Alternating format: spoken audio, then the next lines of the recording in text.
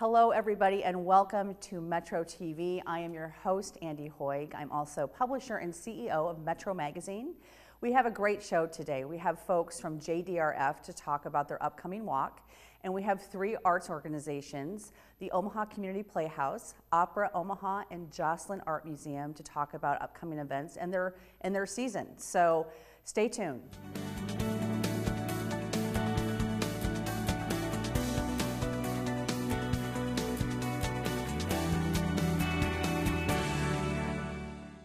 Well, I'm so excited to have the folks from Opera Omaha joining us today.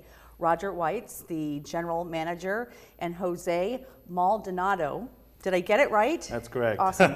And you're you're with the Holland Community Opera Fellowship. Correct. So I want to welcome you both. Thank you for being here. Thanks for having us. So let's just talk first about the Holland Community Opera Fellowship and what exactly is that? You're new. You're new to this. So tell us a little bit about. Fourth day? Okay. Yeah. Well, what brings you? How do we find you sitting here? Well, when I started singing, I was fortunate to sing for schools, to sing for the community. I was raised in Los Angeles, and I was in a little community college, and my voice teacher wanted to provide experience on stage for us. And she always said, if you can get to the hearts of the kids, you can get to anybody. So I was fortunate to do school shows for 3 years before I transferred on to the university and then on to New York for my master's. And this is kind of like the reincarnation of how I started singing, to be able to serve the community using my voice, using everything I've learned to give back. Because I mean, as a singer, I'm just so fortunate. I think as artists, we're fortunate that there are people that believe in the art and that want us to learn and to give and present our talents. So this is a perfect opportunity to do so. So how long is the fellowship? I mean, how long are you here? Exactly what does that mean? So this is a 2-year fellowship. Okay. And it's 10 months, it's a season, first season. And so this is my first year. Sure. So this is the second year of the program. Right. So we're joining in the second year fellows. So now we're a mighty 4 instead of, there were 2 last year. And so it goes on for 10 months. We get the summers off. Maybe I'll go to Italy and sing, who knows. And and then we come back the next year for our second year. So it's 2 years. Okay. And it's jam-packed already I can see it's jam-packed. We have like two calendars and it's exciting. Okay. Well, I mean, welcome to Omaha. I mean, a great you. Community, a great opera. We just are so blessed to have Opera Omaha. And we have Opera Outdoors coming up, which I love Opera Outdoors. And Opera Outdoors is a great way to introduce the new fellows who are both, all 4 performing as principal artists on August 24. It begins at 6:45. There's a pre-show featuring actually a number of the community partners that we work with through the fellowship who are performing. And then the performance starts at 7:30. But join us at 5:30. The park opens. There's a kid zone. It's very family friendly. Get a good seat. Get a good seat. Blanket. Lay out your picnic. You know. And again, it's at Midtown Crossing. And then there's a kids zone that opens at 6 o'clock. I mean, this is really so this is the 6th, because I remember back to the 1st. Yeah. And I've just kind of watched how this has grown and really made opera accessible to people in the community that might be a little afraid of it. It's a great way to try it for the first time. Or if you're a seasoned lover, you're going to hear music that you recognize from TV and movies. It's wonderful music. It's about a 70-minute program, but it's casual attire. Yes. You're out in the park. You bring a picnic basket and a glass of wine. And so for people who may not want to dive in deep with a fully stage performance, this is an excellent way to hear beautiful music with extremely talented artists from both here, and we have some guests joining us from out of town too. Okay. And then let's also talk a little bit, your season is kicking off here. Is the first performance in October? Yes, October 19 and 21. We have Pagliacci, Okay. One of the great Verismo operas with one of the most famous tenor arias of all time. Right. And that's the clown. It's the clown. Exactly, tragic clown. Yeah. He's having to put on his makeup. He's saying, "Laugh, clown, even though you're in pain." Oh, it's so. That's why it's called Verismo. It's just the realism of the opera. And actually, the beauty of Pagliacci is it has a prologue. Right. And prologue, Tonio the clown comes out and he tells the audience, ladies and gentlemen, you know, what you're about to see is not usually what you see. That we also breathe the same air you breathe. We feel the same love and the same pain. So right. I think it's great starting off the season with yeah, mariachi. it's a great way to start the season off. So people who want to buy tickets, season tickets or individual tickets, can go to... I'd say go to our website, operaomaha.org, because not only can you buy tickets, be connected to Ticket Omaha, but you can also read about the synopsis, so you know exactly what's going to happen. Well, I should mention that for everything in the Orpheum, we have a screen above the stage we call the super title screen, with the translation, so everyone will always know exactly what's going on in our opera performances.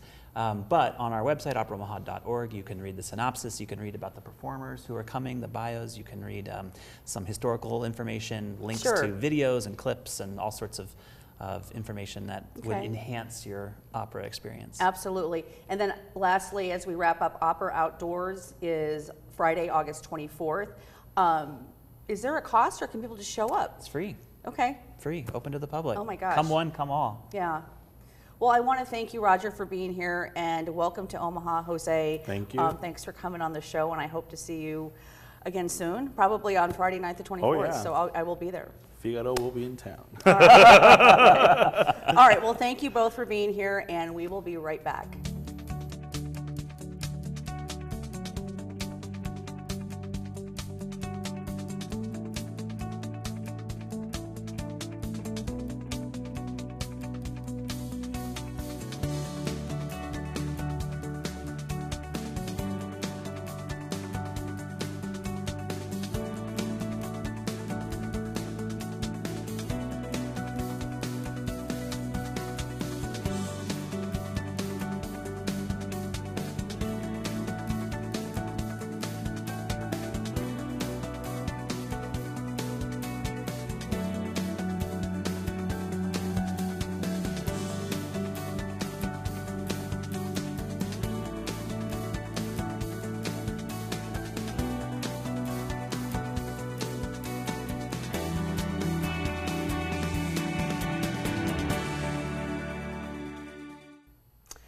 Hello everyone, we have the JDRF walk coming up, and here with us today is Scott Mingus, Alicia Ray, and you're going to talk to us a little bit about the walk coming up. Scott, you're a board member, correct? I am. And both of you have kids with diabetes, with T1D. So because I'm not familiar with that, let's just first talk about what does that mean? Well, type 1 diabetes is an autoimmune disease, and so the body has actually attacked the beta cells that produce insulin that make us all live. Okay. And so when you have type 1, your body requires you to do insulin injections every day, all day long. There's no time off. It's the only way that you can stay alive. Okay, so it's pretty significant. I mean, that's just, it's a life changer. I mean, it's a game changer in your life. So, so son, daughter, how old are they? My son is 14. Oh, I'm sorry, son. And the son. Okay, yeah. and son. So, and so with this walk coming up, it raises not just awareness, but it also raises funds, because you have, you know, people with teams and they're raising money as well to help for a cure and also help for awareness. So let's talk a little bit about the One Walk. I've done it many years. I'm excited to do it this year again. Do you have teams? I'm actually leading the board team. So okay, so you're leading the board team. Instead of my team. family team this year. Okay. So where is the walk at this year? It is at Lewis and Clark Landing. Okay. Down at the riverfront. So it's always a fun time because there's music and bands and activities for kids to do. And our first year going out, not knowing what was going on, we walked out and there were thousands of people in support of type 1 diabetes, and it was an amazing thing to see. So yeah, and it's really, I mean, you're walking for loved ones. It's and it's also just a big celebration as well. So tell us, okay, so how you're personally affected. So again, you both have sons, and how does that just play a little bit into your life? pretty much every moment. Yeah. In the middle of the night, we can be woken up because of low blood sugar or high blood sugars. And just even now that my son has gone back to school, it's sending a text saying, "You doing okay?" Yeah. And that worry and concern about them being on their own and if they're taking care of things like they should be. And it was a diagnosis for him, but it was a diagnosis for our whole family, because it has changed the dynamic of how we go about every day. So. And this is something that they're going to be it's going to be a part of their life for the most part. So, okay. There is no cure. Yeah. And that's what we're working towards. So what are some of the warning signs? You know, how did you know that this was happening? It was really kind of ambiguous for us. We just knew that he was really sick, and we ended up going into the doctor, and I said, you know, let's do what testing we can, and it came back that his blood sugar was high. But there are things that we definitely missed, like frequent urination, hunger, thirst. He had lost a lot of weight, but it can come on very slowly, and at 11, I didn't notice a lot of those things that I maybe would have if he were a little younger. But sure. And I think too, you're probably, I mean, you're with your children all day long. You're not necessarily starting to think, you know, is this a disease or is this or that? You're just thinking, okay, maybe they have a bug or there's just something going on. So going back to the walk, how are the funds? So the funds are raised through teams, and then where does the money go? So the money, obviously our mission at JDRF is to cure, prevent, and treat. And so we're funding some of the next generation therapies like the beta cell replacement program to actually replace beta cells that have been killed by your body. We're doing things like smart insulin that will turn on and off based on your blood sugar. So that is where the funds are guided towards, is towards that research on therapies as well as the research towards a cure. Okay. And so people, is there still time to sign up, to form a team, to be a part of a team? Absolutely. And so where can people go? They can go to jdrf.org and look up the walk information, and it's the Omaha Council Bluffs chapter. Okay. So there's definitely still time, and any of us would love to have more people walking. Okay, because again, I mean, I know there's a lot of people for this walk, but it is a celebration and everybody is down there. It's just a real feel good and honoring loved ones, supporting them, raising funds. And, you know, I hope I'm sure the weather will be perfect. It is every year. It is every year. Perfect. So again, jdrf.org /Omaha. I know you also have a Facebook page, so people can find that as well for the walk. Any other last words? Come out and join the community. It's just a fantastic time, and it means so much to the families that are struggling with this disease, to see 5,000 plus people there with us today and tomorrow and finding a cure. Right. So August 25th is a Saturday that morning, so come on out. Please. Yes. And we'll be right back.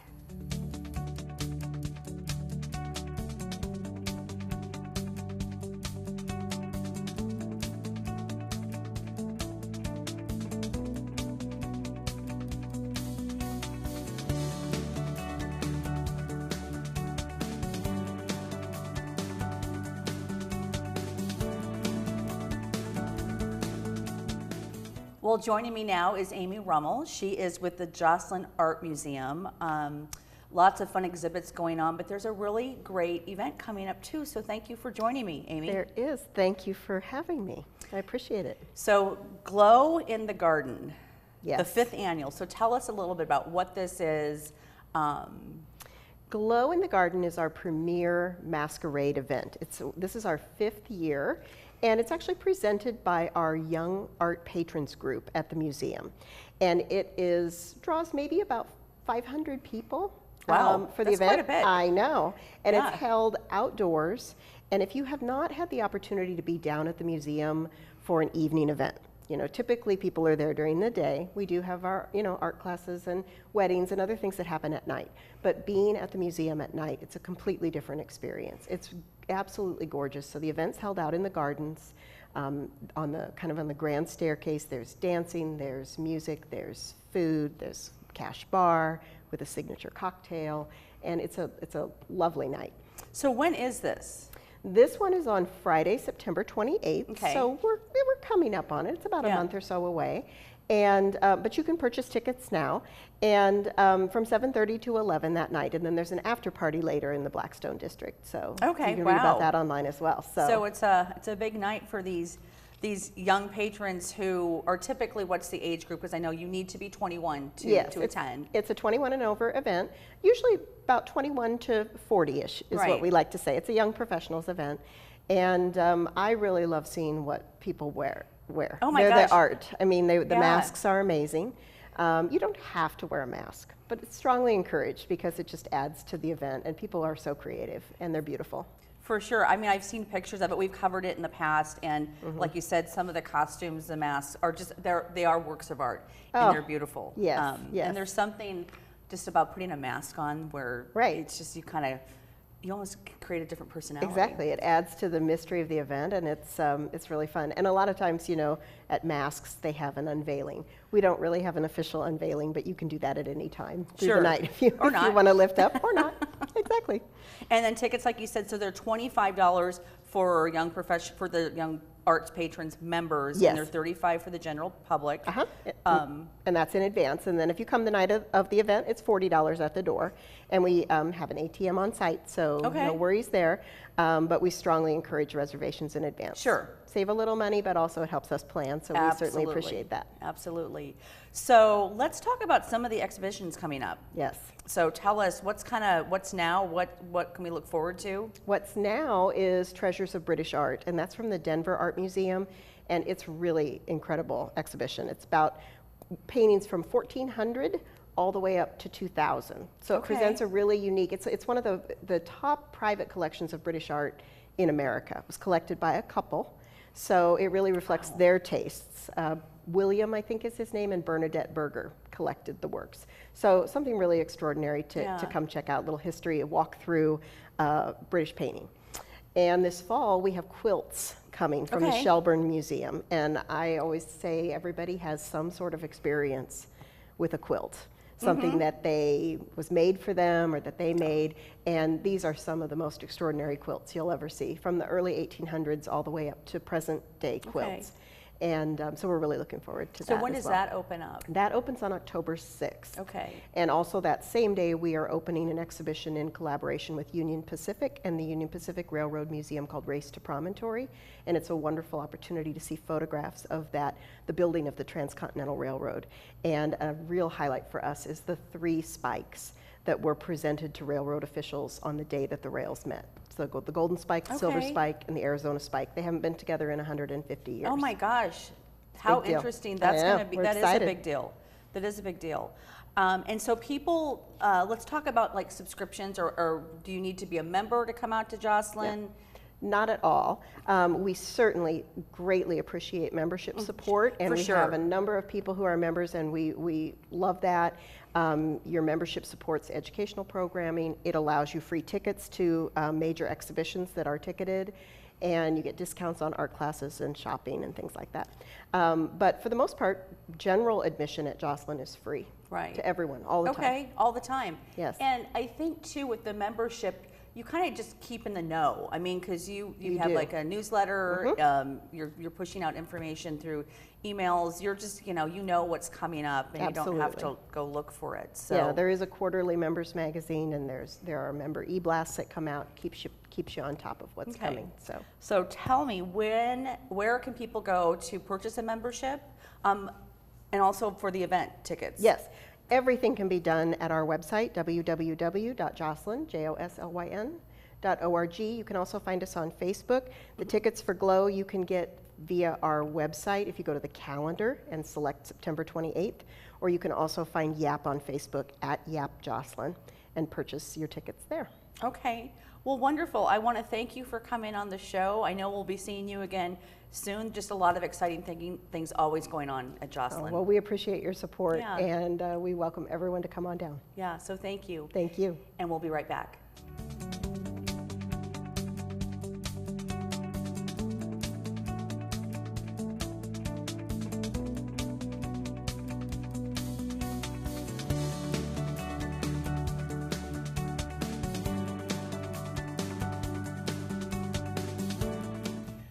Well, joining me now is Kimberly Faith Hickman. She is the artistic director with the Omaha Community Playhouse.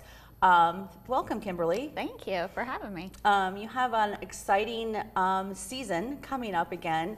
I always love to kind of get the notice when you announce what you're going to be doing. So let's talk a little bit about this upcoming season. Yeah, we're entering our 94th season. Oh my gosh. Yeah, it's pretty incredible, and it's a really exciting season, I think. I've been in my position, this is the start of my 3rd season in this role as artistic director, and a group of us work really hard to put our seasons together and make sure that we're trying to meet the different needs of the community, because we want our season to be as diverse as Omaha is. And so there's a lot of thought process that goes into the shows that we select, and a lot of roundtable discussions about the content and what purpose it serves and how it fits within our mission. And so we've worked really hard to come up with what we have for 94. Okay, so what's kicking off the season? So kicking off the season, opening tomorrow actually, is Fun Home, which is a Pulitzer Prize finalist and Tony Award winner for Best Musical a couple of years ago.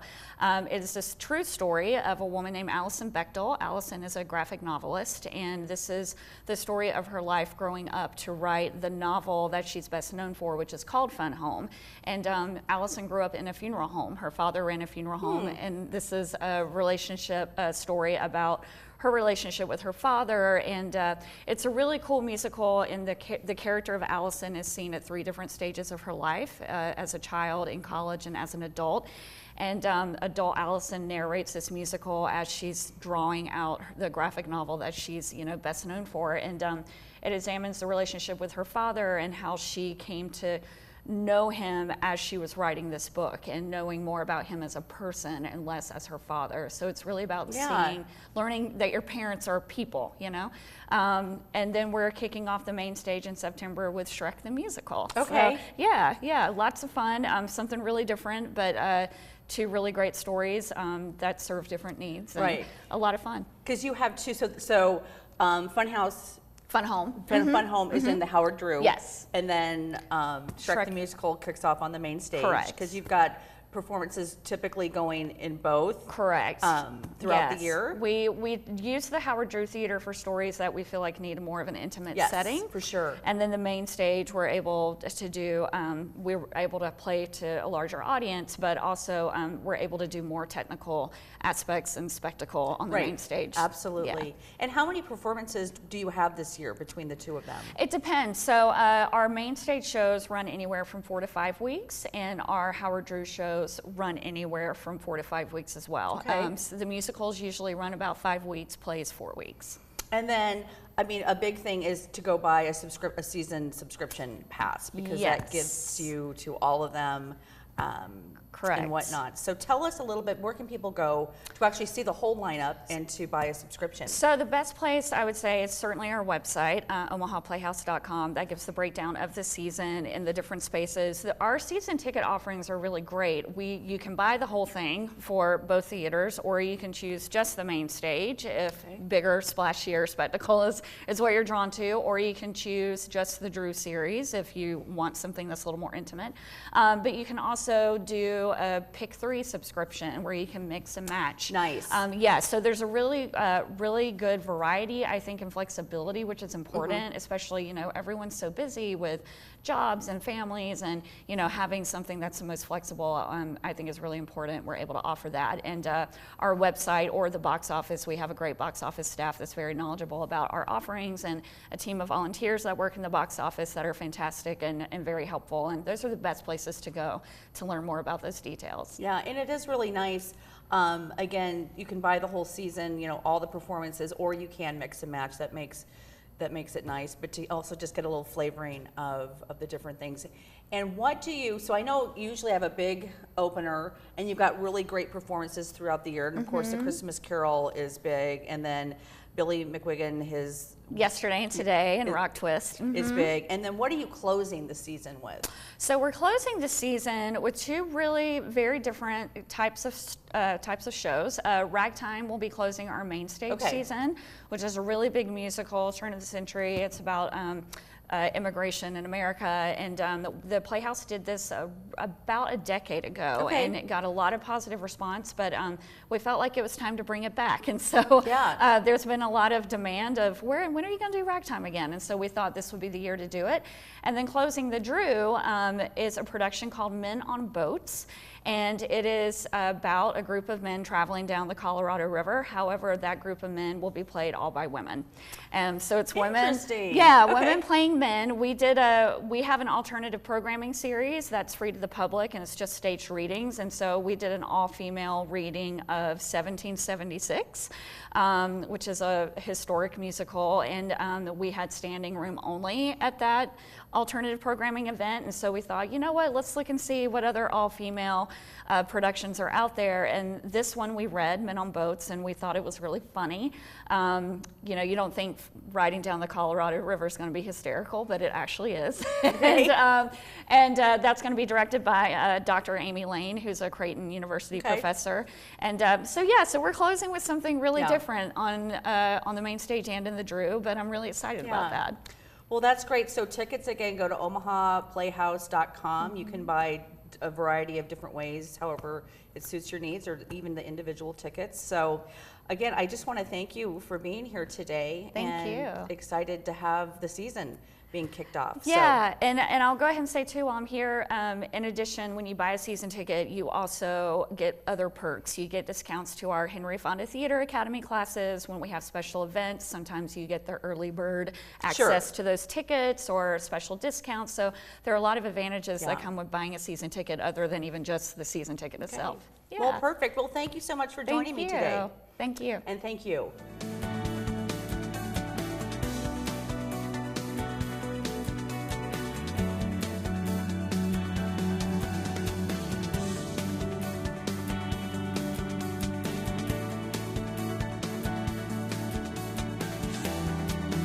Well, thank you for joining us today. You can learn more about Metro Magazine and Metro TV at spiritofomaha.com and look for additional shows posted on YouTube. But thanks again and have a great day.